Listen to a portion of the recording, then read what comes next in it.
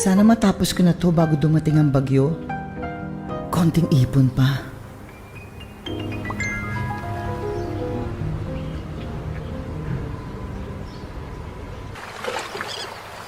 Sis, tingnan mo tong bago kong bag. Ang bongga, diba?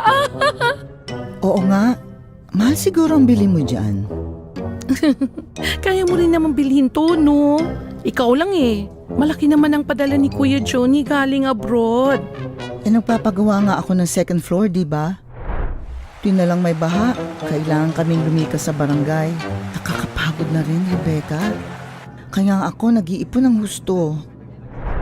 Ikaw talaga. Ang dami mo ng bag. Eh, syempre. Pinupost ko pa sa FB yan, ano? Inggit matching friends. Ano ba yan? Lagi mo na lang iniisip yung baha?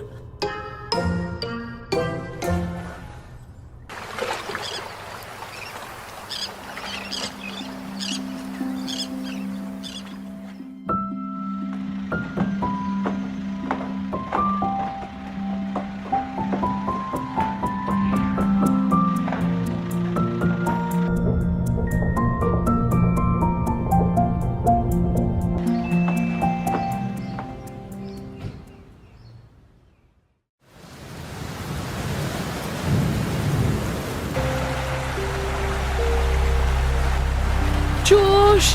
Anak! Diyos ko! Ang tubig nakapasok na sa bahay! Ang mga gamit natin!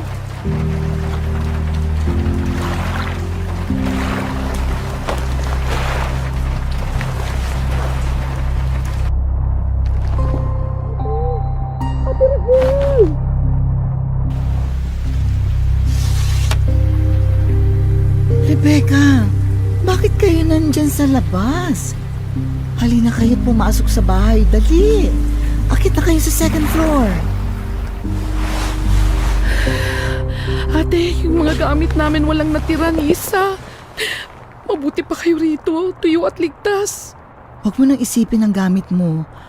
Ang importante, ligtas kayo. Sana pala ate, nakinig ako sa'yo nung una pa lang. Dapat pinatambakan ko yung bakuran namin para hindi inabot ng baha ang loob ng bahay. O sana dapat nagpagawa din ako ng second floor imbis na lahat ng mga pinagbibili ko.